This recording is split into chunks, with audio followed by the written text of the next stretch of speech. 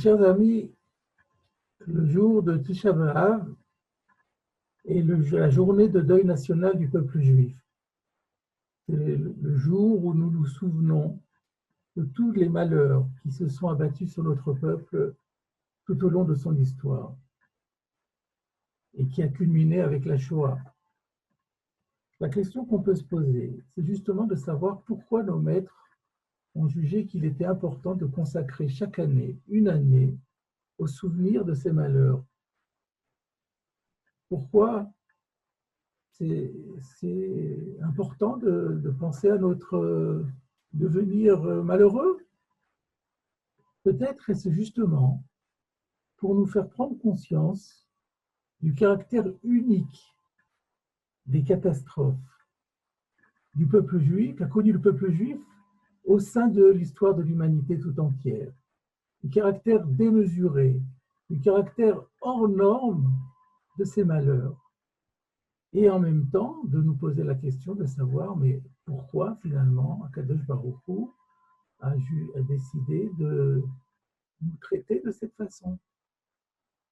Il y a un mot qui connote très bien ce caractère exceptionnel, prodigieux, irrationnel de nos malheurs. C'est le mot par lequel le prophète Jérémie démarre ses lamentations, et qui porte d'ailleurs son nom, Eicha. Eicha, on traduit parfois par hélas. Mais si on veut être littéral, Eicha, ça veut dire comment. Eicha Yashva Badad. Comment est-il possible que ce soit produit une catastrophe pareille? Que Haïr Abati Am, que cette ville qui était si nombreuse, qui contenait une population si nombreuse, est devenue maintenant complètement vide de ses habitants. Eicha, voilà le mot qui caractérise le caractère hors norme de Tisha B'Av. Et donc, il s'agit peut-être d'approfondir cette notion. C'est ce que nous allons faire maintenant, si vous le voulez bien. Shabbat prochain, le Shabbat qui suit Tisha B'Av, c'est toujours le Shabbat Nachamu. Après le deuil, la consolation, nous lisons dans l'Haftara un chapitre de Yeshaya, du prophète Isaïe, qui rapporte qu'il acta Yad Hashem kiflai b'chol chatotea, que le prophète rappelle que Jérusalem, c'est-à-dire tout Israël, a reçu de la main de Dieu une peine double pour ses fautes, pour toutes ses fautes. Le Midrash Yalkut Shimoni fait à ce sujet le commentaire suivant. Chat'u bekiflaim. Les Juifs avaient fauté bekiflaim, doublement. Comme il est dit, et nous le lirons dans Eicha, Chet chata Yerushalayim. Jérusalem a fauté, mais le texte ne dit pas a fauté. Fauté, elle a fauté. Donc elle a doublement fauté. Et comme elle a doublement fauté, de la coupe de Chiflaïm, ils ont reçu une peine double. Que veut dire doublement fauté? Et que veut dire une double peine? Si c'est pour dire on reçoit deux fois la peine par rapport à la faute, c'est impossible, c'est une injustice. C'est incroyable, ce serait impossible qu'Akadosh Baruch Hu commette une injustice. Donc comment comprendre cette notion de faute double et de ce péché double? Double par rapport à quoi? Et en quoi est-il double? Et qu'est-ce que c'est que cette peine double? Il y a proposé une explication, un passage de la Gemara de Ktuvot, page 66b, qui vient décrire justement de manière tragique, impressionnante et en même temps très vivante l'état d'esprit et la situation qui a prévalu à Jérusalem au moment de la destruction du Second Temple. Vous vous rappelez que la Gemara dans Gittin nous raconte que Rabbi Yochanan ben Zakkai était un élève de Hillel, le plus jeune de ses élèves, mais qui ensuite est devenu un grand maître, est arrivé à sortir de Jérusalem pendant le siège que les Romains faisaient. Il est allé avec ses deux disciples, il s'est fait passer pour mort, puis il est allé voir le général qui à l'époque était Vespasien, qui n'était pas encore empereur, et il a obtenu de lui, à défaut de sauver Jérusalem, au moins de sauver le Sanhédrin, de sauver la Torah et d'installer le Sanhédrin à Yavne. Tenli Yavne v'chachamea, donne-moi Yavne. Donc Rabbi Yochanan ben Zakkai a pu échapper au saccage de Jérusalem. Et la Gemara dans Ktuvot, page 66, nous dit que après la destruction, tout de suite après la destruction de Jérusalem, alors Rabbi Yochanan ben Zakkai s'est rendu sur son âne, suivi de ses élèves, à Jérusalem, justement pour se rendre compte de la situation. Et le texte nous dit qu'il a trouvé là-bas une jeune femme accroupie par terre, en train de rechercher des grains d'orge sous les pieds des animaux qui avaient fait leurs besoins.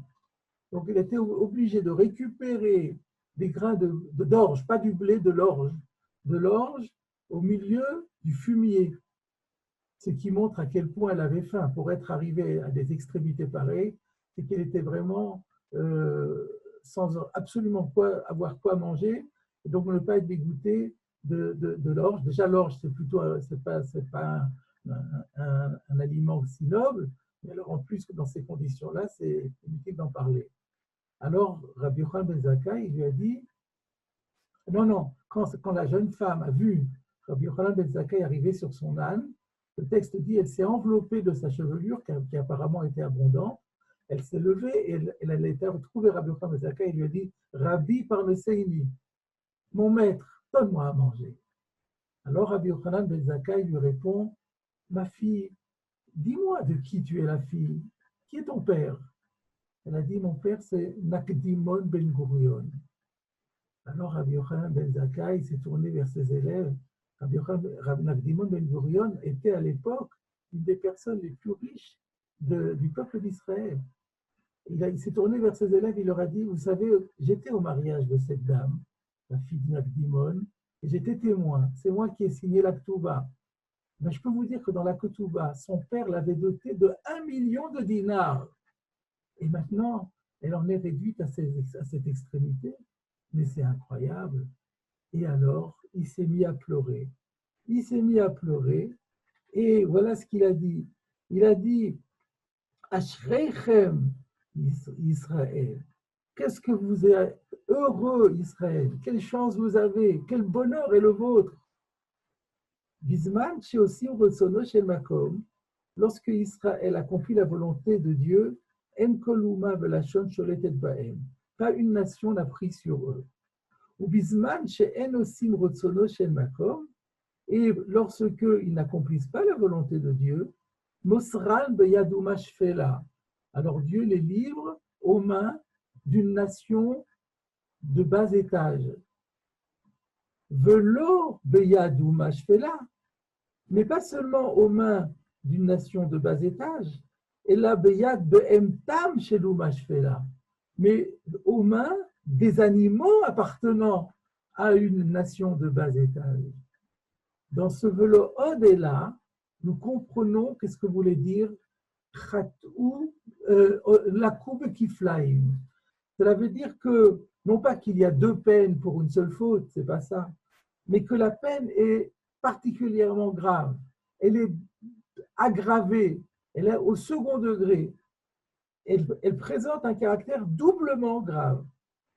Non seulement une nation de bas étage, mais pas seulement cela, mais les animaux. Donc il y a un degré en plus. Voilà ce que veut dire la courbe Kiflaim. Cela dit à quoi ça correspond. Pourquoi est-ce comme ça? C'est encore à dire, c'est encore à expliquer. Maintenant, il faut que nous comprenions aussi qu'est-ce que ça veut dire une double faute. Nous allons expliquer une double peine, c'est-à-dire une peine aggravée. Elle présente un double caractère de gravité. Et qu'en est-il de la faute? Le même passage va nous permettre de comprendre qu'est-ce que ça veut dire une faute, double faute. Voilà que Rabbi Yochanan ben Zakkai se tourne de nouveau vers la femme et lui dit, ma fille, mais dis-moi, qu'est devenu l'argent de ton père? Parce qu'il était très riche et maintenant tu es réduit à de telles extrémités. Alors elle lui dit, mon maître, tu sais qu'il y a un proverbe à Jérusalem qui dit que si on ne donne pas la tzedaka comme il faut, ben on finit par perdre son argent. Alors elle sous-entendait que Nagdimon n'avait pas fait un bon usage de son argent. La Gemara dit, mais c'est impossible. Nagdimon était un homme d'une générosité invraisemblable. Et non seulement d'une générosité, mais aussi d'une bonté. C'est-à-dire que voilà ce qu'il faisait pour donner la charité aux pauvres, sans que ceux-ci aient l'impression qu'on leur fasse la charité. Quand il allait de sa maison au Beth Knesset, il faisait mettre un tapis de vêtements sous ses pieds, comme si c'était lui qui voulait avoir un tapis rouge. Et en réalité, c'était une manière déguisée de faire la tzedaka. Dès qu'il passait, les personnes qui étaient dans le besoin ramassaient les vêtements les uns après les autres sous ses pieds et ainsi avaient l'impression que par leur débrouille, ils avaient réussi à récupérer des vêtements. Donc c'était un homme d'une générosité inouïe. Comment sa fille peut-elle dire qu'il n'en a pas donné? La Gemara dit qu'il y a deux possibilités. Soit que quand il l'a fait pour qu'on parle de lui, pour son image, donc par intérêt personnel, pour son kavod, ce qui n'est pas bien. Ou alors, peut-être qu'il a beaucoup donné, mais il avait tellement d'argent qu'il aurait dû encore plus donner. Il n'a pas donné suffisamment. D'après cela, on se rend compte que la punition qu'il a encourue, c'était pour quelque chose de très très fin. Il a donné de la tzedaka, il a donné énormément de tzedaka, mais peut-être parce qu'il avait eu peut-être un intérêt derrière cela, ou peut-être parce qu'il aurait pu donner encore plus. À cause de cela, il encourt une peine aussi grave. Alors nous comprenons ici qu'est-ce que cela veut dire, une double faute. Non pas que la faute est double, mais que les critères d'appréciation de la faute sont aggravés par rapport à la norme. Que par rapport, disons, à la manière dont Dieu gère les nations, il y a une norme normale. Mais pour Israël, Dieu est plus sévère.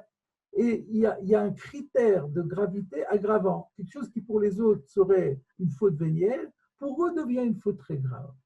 Alors, double appréciation, aggrave, en d'autres termes, on aggrave l'appréciation de la faute et on aggrave la peine qui va avec, par rapport à la norme. Et là encore, il faut comprendre, mais pourquoi est-ce comme cela? À quoi cela correspond-il? Alors, la réponse que l'on peut proposer est la suivante. Et je suis ici d'ailleurs le commentaire du Asufat Marachot de Rav Goldwir, qui était un de nos plus grands penseurs au siècle dernier, fondateur de la yeshiva de Kerem Beyavne, et qui propose d'expliquer cela en citant la Gemara de Bava Kama, d'Afnoun Amud Aleph, qui cite un verset des Teilim, chapitre 50, verset 3, Usavivav nis'ara me'od. On parle de Dieu et on dit autour de lui, nis'ara me'od. Le mot nis'ara est compliqué à comprendre. On peut comprendre que ça vient de Sehara, qui veut dire la tempête. Autour de lui, la tempête fait rage. Mais le Midrash ne comprend pas ça. La Gemara ne comprend pas du tout cela comme ça. Nis'ara, c'est milachon sa'ar, le cheveu. Quel rapport avec le cheveu? Alors, le Midrash, la Gemara fait cette dracha incroyable. Me lamed, cela nous apprend, chez Akadosh Baruch Hu, me dagdek im sevivav que chut ha'sa'ara. Afilu que chut ha'sa'ara. C'est pour nous dire que le Saint béni soit-il est pointilleux avec ceux qui sont le plus proches de lui, sa garde rapprochée. Rachidi, Sadikim Advekim Bo. Il s'agit des justes qui sont carrément à côté de lui, qui adhèrent à lui. Donc les personnes les plus pieuses et les plus justes, Dieu se montre avec eux pointilleux, comme sur l'épaisseur d'un cheveu. En d'autres termes, Dieu est beaucoup plus sévère avec les tzadikim qu'avec le commun des mortels. Nous attendons tous ce moment où le Mashiach sonnera du chauffard pour annoncer notre délivrance. Aujourd'hui, jour de Tisha B'Av, la reconstruction du troisième temple est plus que jamais entre nos mains. Prenez sur vous une mitzvah, une bonne action et envoyez-nous votre nom. Nous le transmettrons aux grands de la génération qui prieront pour vous. Rabbi Chaim Kanievski, Rav Israël Gantz, Rav Moshe Tzadka. Envoyez par SMS le mot mitzvah ainsi que votre nom au 00 33 6 24 44 66 07 ou par internet sur torah-box.com/mitzvah. Et les plus grands rabbanim prieront pour vous. Alors on peut être choqué. Zu Torah, Zu Schara. C'est à ça que mène l'accomplissement de la Torah, à être plus sévèrement sanctionné que les autres. Comment comprendre cela? L'explication va nous venir du Maharal de Prague sur quelque chose de fondamental, le tout début de la Torah. Donc, vous savez que le Maharal de Prague a écrit un Sefer Gourarié, un commentaire sur le commentaire de Rashi. Au tout début de la Torah, il est dit Bereshit bara Elokim. Pendant tout le premier chapitre de la création, le nom qui est utilisé pour désigner Dieu, c'est Elokim. On sait que Elokim désigne Dieu dans sa mida, dans son comportement de din, de rigueur. C'est le Dieu de la rigueur, Elokim. Et puis à partir du chapitre 2, il est dit Hachem Elokim.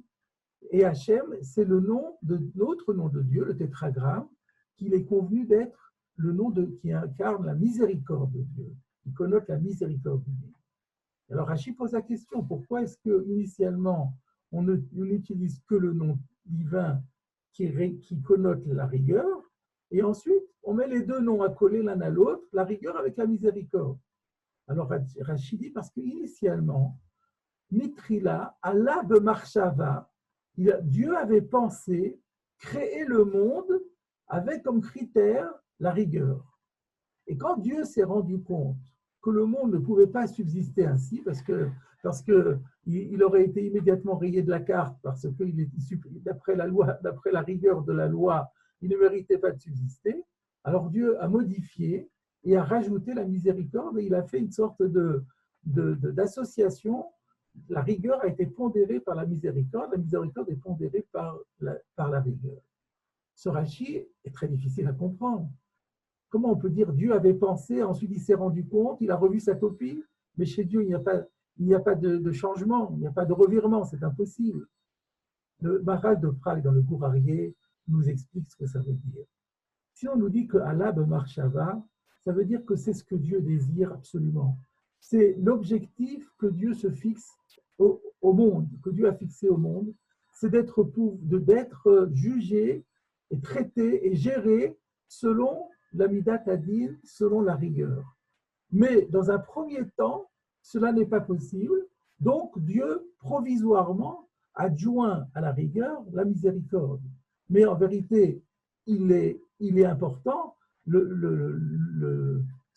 l'objectif véritable, c'est quand même d'arriver à un moment donné à ce que le monde soit géré uniquement par le din.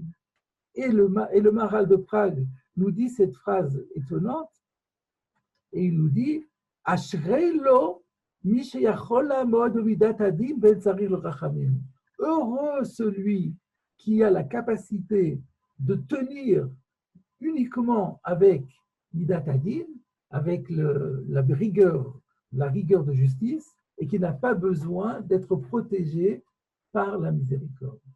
Qu'est-ce que cela veut dire? Comment comprendre cela? Que l'objectif, c'est le din, que le rachamim, c'est un pis-aller, et que heureux sont ceux, pourquoi ils sont heureux? Ceux qui ont la capacité d'être jugés uniquement par la rigueur divine. Nous comprendrons cela si nous nous référons à l'enseignement du Ramchal, Rabbi Moshe Chaim Luzzatto. C'est un de ses enseignements les plus courants, sur lesquels il revient énormément. C'est un leitmotiv dans la pensée du Ramchal, qui, comme vous le savez, est un grand penseur, un grand kabbaliste, un grand balmoussar également.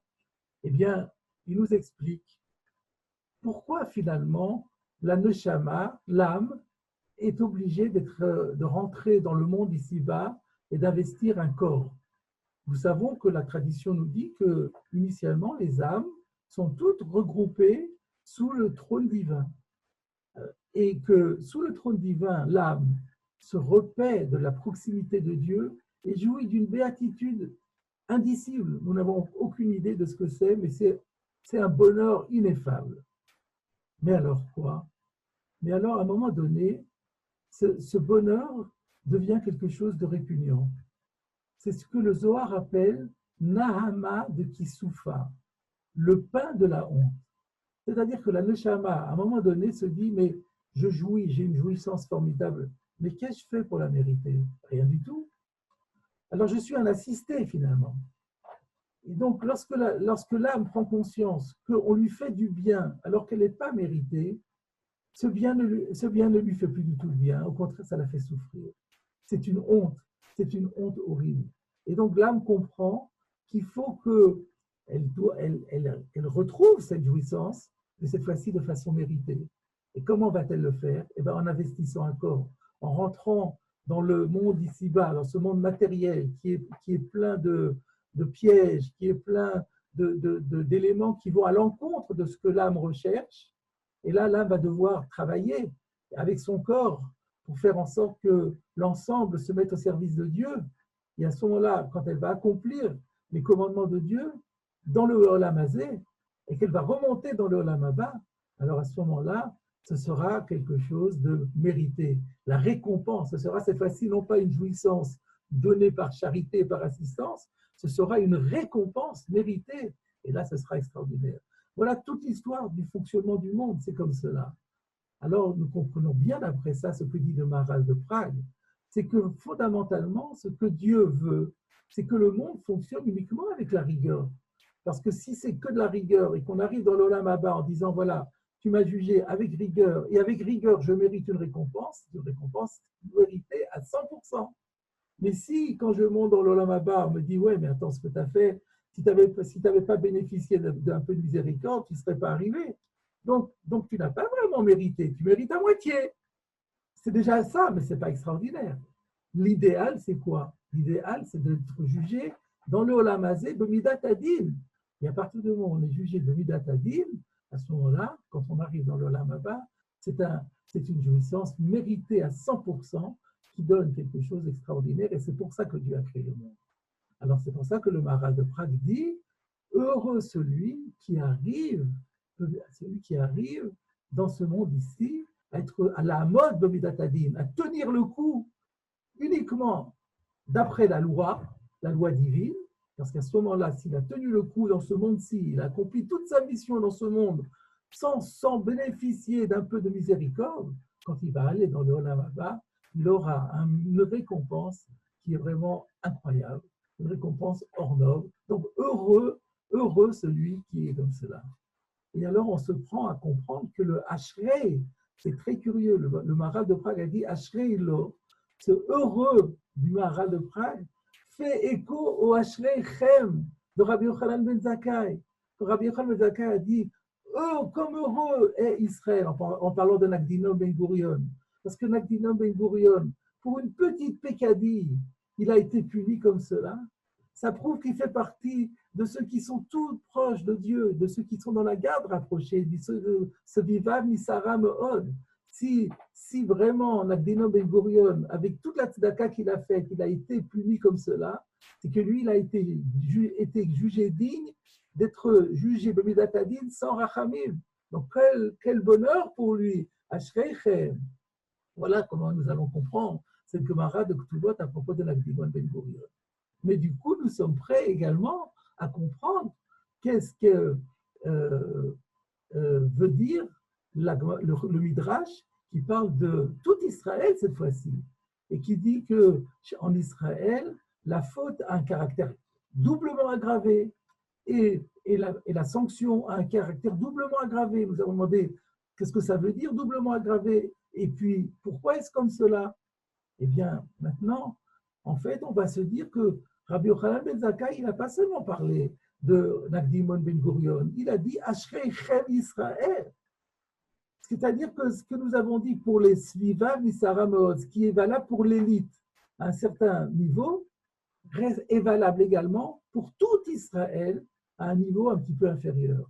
C'est-à-dire que par rapport à la norme, par rapport sans doute à la façon dont Dieu juge les nations, il y a une différence d'appréciation de la part de Dieu. Dieu se trouve plus sévère par rapport à Israël. Le caractère de la faute, il est apprécié de manière plus sévère. Et on s'était demandé, mais qu'est-ce que ça veut dire doublement plus sévère? Maintenant, nous savons que moins sévère, c'est le din avec le rachamim. C'est la rigueur pondérée avec les circonstances atténuantes, avec la miséricorde divine. C'est une moitié de justice, c'est pas vraiment la justice. C'est comme ça que Dieu gère les nations, parce que sinon le monde ne tiendrait pas. Mais s'agissant d'Israël, Dieu est plus sévère.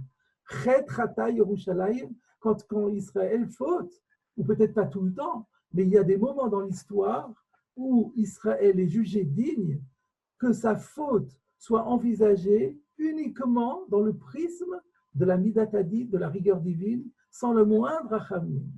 Et évidemment, si Israël rentre dans ce niveau-là et que la plus petite faute est jugée d'après la loi, alors la sanction sera aussi exactement de la même façon, le Midat Hadin sans rachamim.